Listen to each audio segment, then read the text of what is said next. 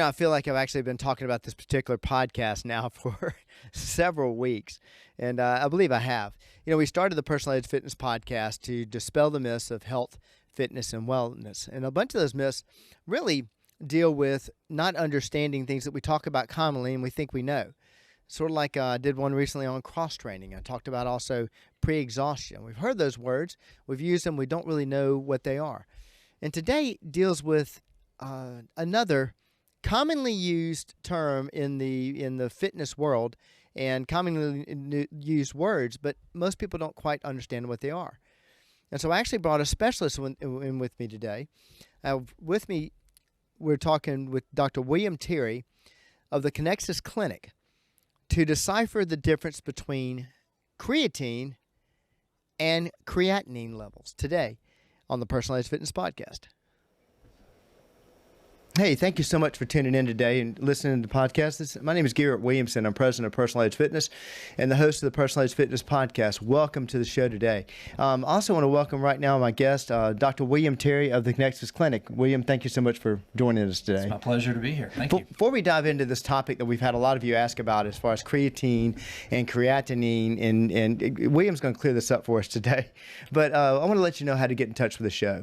If you have any questions about this subject or any others, or any questions about dispelling the myths of health, fitness, and wellness, what this podcast is all about, please contact us at area code 251-278-3343. That's 251-278-EDGE. You can also reach us at my email address, which is Garrett, Garrett, just like Levi Garrett, Garrett@personalizedfitness.com. And, of course, that's our website and our Facebook page. All right, now, to dive headfirst into this podcast, Gene, you'll be very glad. I know you've been asking me a lot about that. I'm going to start off very general, and I know you can do a deep dive into this, I'm sure. But we're going to stay just helping people out understanding the difference between these two. Mm-hmm. We've got creatine that people take as a supplement. Yeah. And then we've got creatinine, which are levels that people measure when they come to the doctor, what have you. Can you, we got blurred lines here. Sure. Can you straighten that out a little bit? Yeah. I remember in med school being confused initially by the similarities between these names and molecules.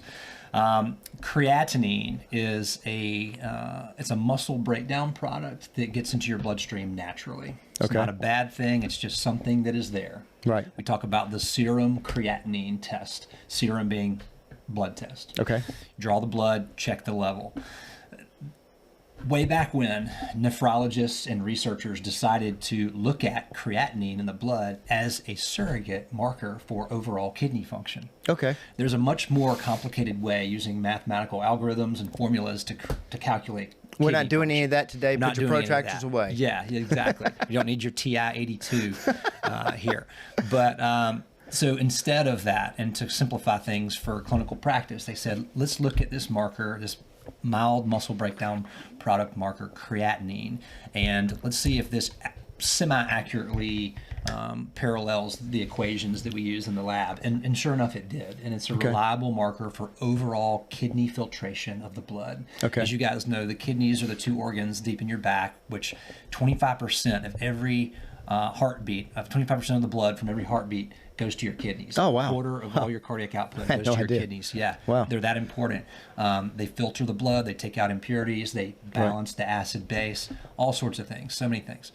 And so if your kidneys are diseased, if you have high blood pressure, if you've got diabetes, if you've got any other illness that might kind of clog up or slow down your kidneys, your blood levels of creatinine will rise. Okay. All right. This is like golf here. The higher your score, the worse. Okay. Okay. Great. All right. So a normal range for people in general is between 0.6 to about 1.2, 1.3. Right. Not that you really need to know that, but one thing you should know is that if you're a larger individual with more muscle mass, your creatinine level will be higher, and that's okay. You'll be up in that 1.2, 1.3 range. Right. If you're 80 years old, and less muscle mass and not as active, and maybe you're about 110 pounds, your creatinine value should be around that 0.6, 0.7. Okay.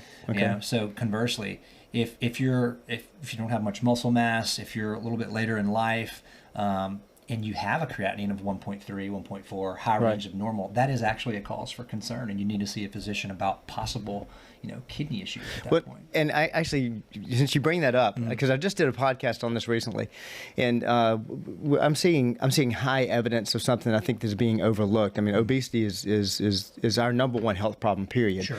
And since it's the number one cause for 4 of the top 10 killers, one of them being kidney disease, it's so important. Well, one thing I think that's being overlooked is sarcopenic obesity, and that is that people that are 110 pounds, I'm thin. Yeah, but 30% of your body mass is body fat. Yeah. Would that situation typically cause that creatinine level to go up?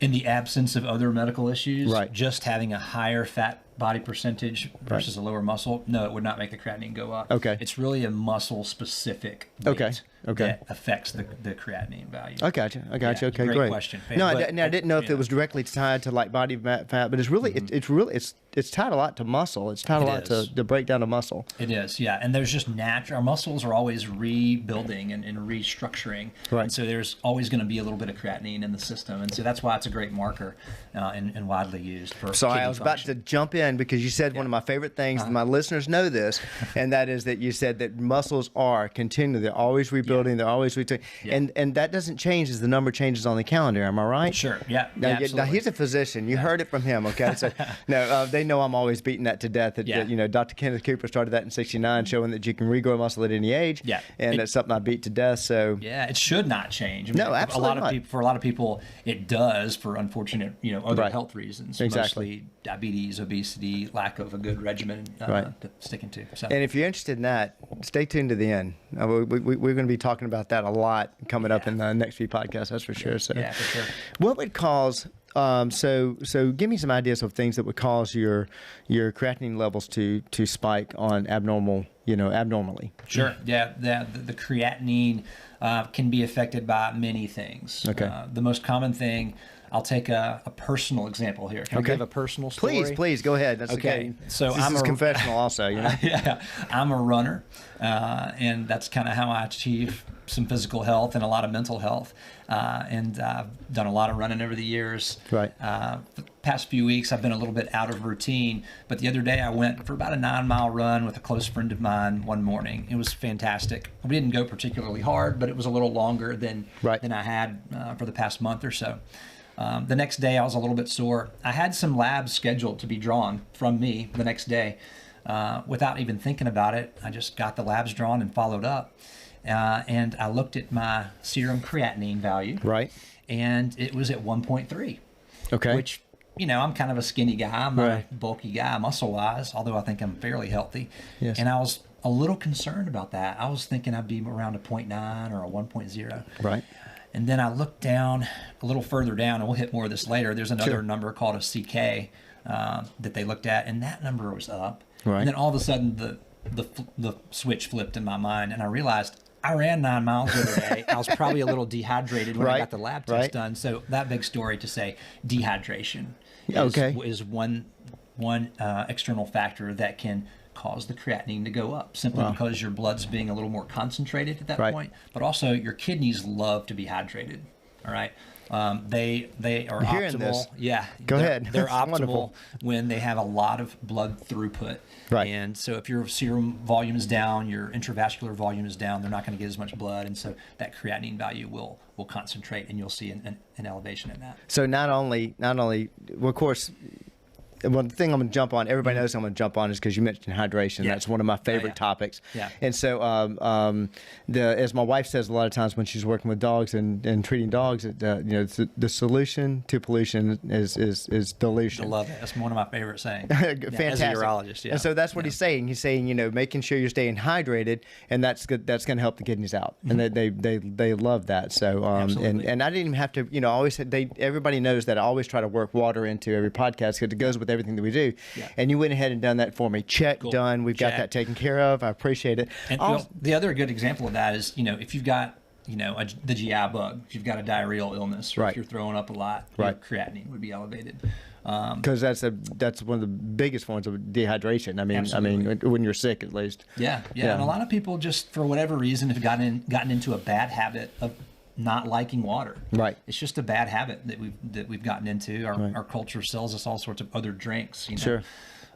Interestingly, new data out shows that coffee gets a bad rap from a lot of sources. It's actually not a dehydrating drink. Right. Caffeine is a diuretic. You have to be kind of careful overdoing it, but there's so much water in coffee.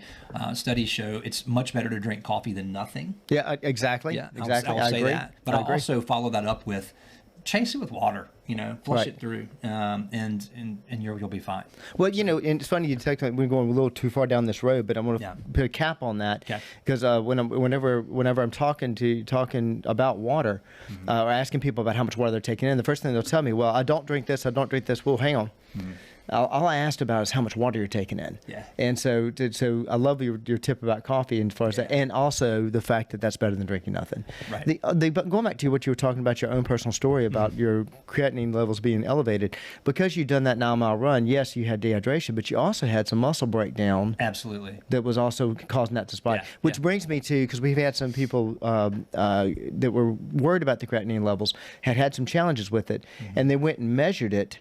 And they came back the next day and said, well, I can't work out tomorrow. My creatinine levels were high. Well, when did you have it measured? Well, I left the workout and went and had it measured. And that's going to cause kind of a false positive, if you will. Is that right? That's somewhat? Right. Yeah. That's right. It's good to know. You know, I think that is an indicator that the workout was hard. And the workout affected their body. And they should kind of use that as a gauge. You know, okay, if you do a workout and it spikes your serum creatinine or your serum creatinine kinase, which we'll get to, I think that tells you that you may have been sort of at the limit for you that preceding day, and to maintain that healthily and really flush and really hydrate through that workout regimen. And that, you know, if you stick with it, if you try that same workout and get labs checked again 2 months later, you'll probably have better numbers. Yeah, you can improve that. Right, exactly. As you get stronger, as the body gets better, more efficient, what have you. Exactly. And I want to jump to. By the way, we could see, as you can see, we can sit here all day and just talk about this one. You know, creatinine kinase.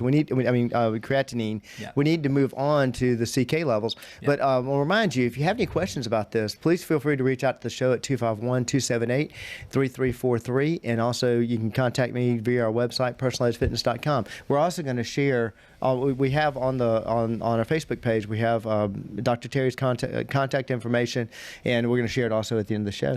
So if you have any questions to go farther than that, let's jump to, as you say, CK. Now, when you say CK, I'm thinking of you know, creatine as a supplement that's been on the market now for 20 years or so, if not more. Long time. Yep. And so take off. Yeah, absolutely. So despite the incredible similarity in the naming of these two compounds, there is an incredible difference between them. Okay. So to start off with Creatine Kinase. See, even he does it. Even I do it. Creatinine is the kidney function marker that we just talked about. Yeah. Creatine Kinase is a protein. It's an enzyme. It is the product of muscle breakdown as well. All right. So kind of the same thing, but different in that it is a more specific marker for muscle damage and muscle breakdown after a workout, or some conditions like muscular dystrophy can create through its processes muscle breakdown naturally. So neuromuscular degenerative disorders. Right. Okay. Lou Gehrig's disease, ALS, muscular dystrophy. Sure. These individuals have higher levels of CK as well. Okay. But for our population and for folks who are probably listening to this, it's a muscle damage, muscle degradation product that will spike in the blood anywhere between 10 to 36 hours after the workout. So there's kind of a window. If you check the blood right after the workout, probably won't see it. But as the muscles break down and kind of evolve and remodel, you'll see it. Levels are a little bit more all over the place. Typically a serum level below 100 and your CK is normal. Right. When I did my run, my CK was about 450. Wow. Yeah. And so that correlated with the creatinine at that point. And that's what flipped the switch in my mind, and I realized what was going on. Sure. So basically that's the quick and dirty on CK. Okay. Right? So it's a muscle breakdown product, and you need to be aware of it. Right. You can check it if you're worried. Let's say you have a hard workout. Right. And you're super sore, and then you see some pink tinge to your urine. Sure. Or some red tinge to your urine. Right. That's actually not blood in your urine. That is that is creatinine kinase, and those are muscle breakdown myosin and other proteins that have been broken down and have been filtered through your kidneys and are now being excreted into your urine. So it's not blood; it's actually your broken down and shredded muscle coming out through your kidneys. And the first thought that anybody would have would be, okay, red tinge. I mean, of course, that's a good thing. That would be a warning sign for anybody. But you always need to, if your urine's red for any reason, tell your doctor. Right. For sure, period. For sure. Period. Exactly. So. Yeah, and I've had pretty good friends who've been in ultra marathons and races who have actually had to drop out of the race because mid-race, you know, at the 110-mile mark or whatever, crazy, they see their urine start to turn, and when that happens, there's really no way back except for ceasing your workout and really hammering fluids, maybe even getting medical care if it doesn't get better. Wow, that takes it to a different level. Well, this is maybe in your territory. I know it's in the territory of what Connexus Clinic works on, but as far as supplementation with creatine, something that so the flip side of that coin, creatine, that's the short term for a creatine monophosphate, or the supplement is creatine monohydrate. That's the most popular version of the supplement. Right. Basically, creatine is a supplement that allows a robust formation of an energy source for your muscles. Right. Creatine monophosphate, it's a ready, explosive energy source that just dwells in your muscles, and it is ready for you to jump your highest, run your fastest. Sure. Okay. Right. Lift your heaviest. You know. It has been proven in multiple studies to help sprinters and weightlifters and people who participate in sports like football and soccer and basketball, quick motion sports. Exactly. It really has not been proven to help with endurance athletes. Oh wow. Okay. So if you're looking for anything over an 800-meter race, I'd say it's probably not going to give you the edge you're hoping for. This is something we've talked about before. I've talked a lot about anaerobic capacity and aerobic capacity. And aerobic meaning with oxygen, anaerobic without oxygen. That's sprint, recover, sprint, recover, sprint, recover. Which is weightlifting, which is sprinting, which is running stairs, whatever. Absolutely. So, if you're a high-intensity interval training kind of person or any of those sports, if you're kind of looking for an anaerobic edge, that energy supply is really going to be enhanced with supplementation of creatine monohydrate. How does that work? And I may be drawing a conclusion that doesn't actually exist, and we don't have to go too deep down this road. But when you said energy in the muscle cells and what have you, so adenosine triphosphate, ATP, is that where? I mean, what's the relationship between creatine and ATP? Is that what you're talking about? Absolutely, yeah. So we all know what the mitochondria is. Right. It's the powerhouse of the cell. Right. Going back to 6th grade science. Exactly. The more we know, and the more our wonderful scientists are working on longevity research, and also sports performance research, the more we keep coming back to the mitochondria. Okay. I mean, we should do a podcast strictly on mitochondria. Oh, no, it's fantastic. Absolutely. So where they come from, it's just amazing. Anyway, so the mitochondria houses a very complex set of chemical reactions. Right. The Krebs cycle, it is just the electron transport chain, not to get too nerdy, but ATP is the gold that happens in mitochondria. ATP is the most ready energy source for muscles for any kind of activity. Without ready supplies of ATP, you're going to be debilitated. Okay, he and I could go. I love this stuff, and we can go deep down this road because I love the fact that we're getting into this. I'm gonna go back to that in just a second as far as the mitochondria is concerned. But just for our listeners, I've talked about ATP and adenosine triphosphate quite a bit, and if you're new to the show, you haven't heard me speak about that. Just a quick experience that you've probably had yourself. You're working out, you're trying to get 15 repetitions on a particular lift, and you get to about 13, and if you just rest a second, you can get that last 3. Well, what you've done is you've tanked your ATP, and that is what we're trying to do in that. In a workout, that you're releasing lactic acid, it's burning it, telling the muscles stop doing this.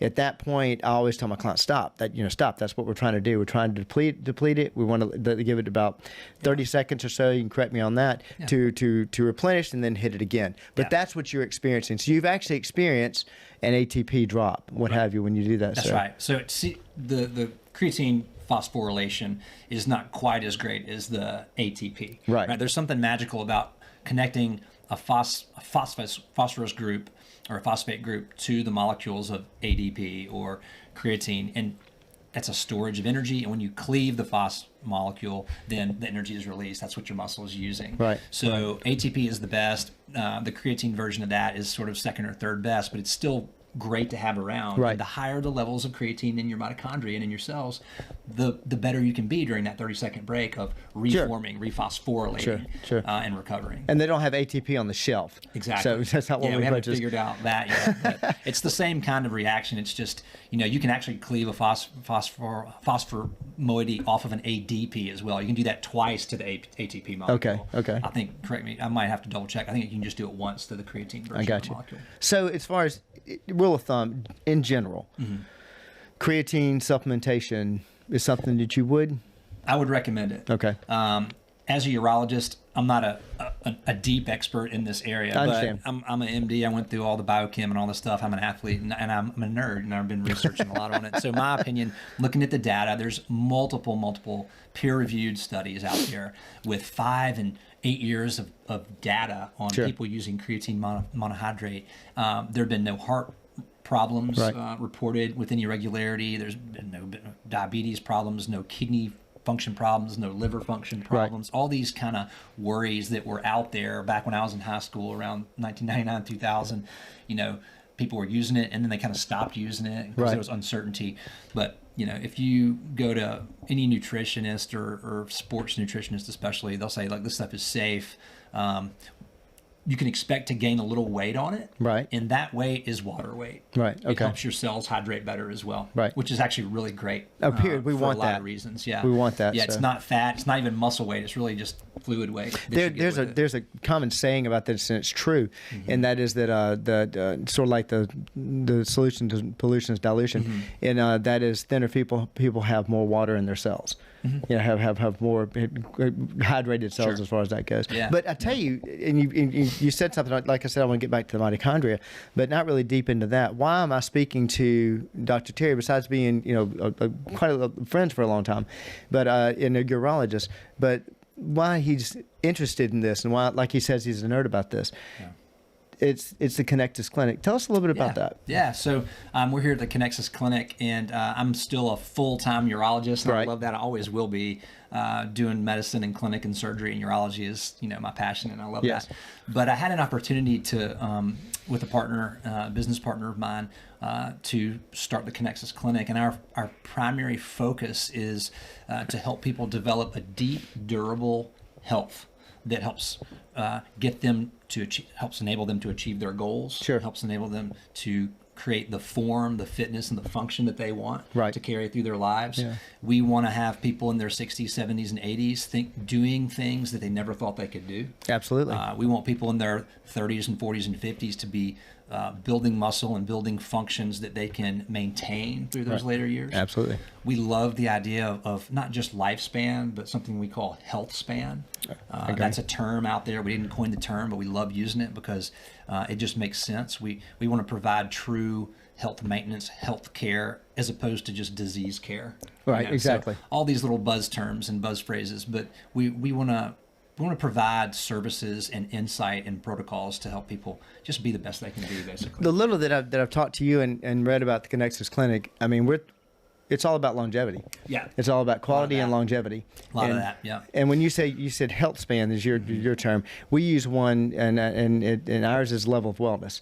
Because at the end of the day, when I was reading your material, what I loved about the approach, it wasn't just the physical approach. Right. I mean, you went for the mental approach, you went for the whole 9 yards, and it takes that. If you've been in a consultation at Personalized Fitness, you know that we do a deep dive into, okay, it's got to work for your head. Right. I don't care what, I can write up the best physical program possibly, but it's got to work for your head. If you absolutely abhor this particular exercise, then it's not going to be effective for you. Right. Yeah, and I liked your approach about that. You were talking about, in your information, talked about counseling, talking about basically the mental wellness. Yeah, yeah. So we kind of reverse engineered our whole paradigm.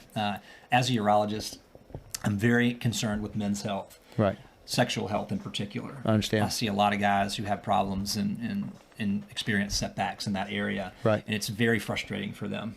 And they don't know where to go. There's so many folks on the radio and TV and in print who are claiming to be sexual health experts. And so much misinformation out there. And it's very misleading. And maybe they've gone to one of these other places and they've spent literally thousands of dollars on treatments, and then the treatment works for a year and then it doesn't work anymore. Sure. And they're like, what do I do now? So that was one of the main motivators for us to kind of come and do this thing on the side. But when I say we reverse engineered it, this is what I mean. We started with how can we help guys with that and serve them. And then very quickly it became, we can't just give them pills and shots. Right. That does not get to the root of the problem. Absolutely not. And so to be philosophically and intellectually and emotionally honest and socially conscious, we expanded our paradigm. Right. And we created this protocol that's all encompassing. I mean, we talk to our folks about nutrition and exercise, sleep quality, stress management, hormonal management, relationship status. You know, we bring all these things into the picture to help provide a 360-degree approach to sexual health. Right. It's been so much fun because the more we learn about all these other extra things, the more our minds have been blown by how much progress can be made naturally, you know. Well, and you and I, when Dr. Terry and I were talking about this, we realized that how much we have in common with personalized fitness and our approach and what the Connexus Clinic is doing, which is why coming up, we're actually going to be doing some podcast talking, doing a deeper dive into what you guys are doing here, and a much different way of approaching medicine and approaching total health. But before we do that, in case anybody has any questions, especially as we went over the creatine, I know I've got a couple people that'll be contacting you about that. Yeah. Tell them how to get in touch with you. Yeah, absolutely. So my best way to get with me is my email. I'm often in a hospital and my phone doesn't work very well. So William@theconnexusclinic.com is my email address. William@theconnexusclinic. Great. You can leave me a message over here at the clinic. It's 251-300-8724. And those are the best two ways. We have an Instagram presence. We have a Facebook presence. Great. Those are great for general information, but you can't really get me through those. So. Well, you may be watching this podcast on their Facebook page, but if you look in the comments, we have all the contact information for Dr. Terry. But worst comes to worst, feel free to contact us also. But I want to thank you very much for being on the show and say farewell but not goodbye. Yeah. Because I'm looking forward to us sitting down and talking again. I'll be talking your head off as much as you'll let me. Look, we could have done an hour and a half on creatine and also creatine, but so if you're interested in more information on this, please feel free to contact us. Area code 251-278-3343. You can also contact me at Garrett GARRETT at personaledgefitness.com, which of course is our website and our Facebook page. And thank you so much for tuning in today. Listen, information like this, not only the creatine and dispelling these myths, dispelling these rumors, clearing the air for you as far as that goes, is just one more way we help you reach your level of wellness. Thank you for joining us.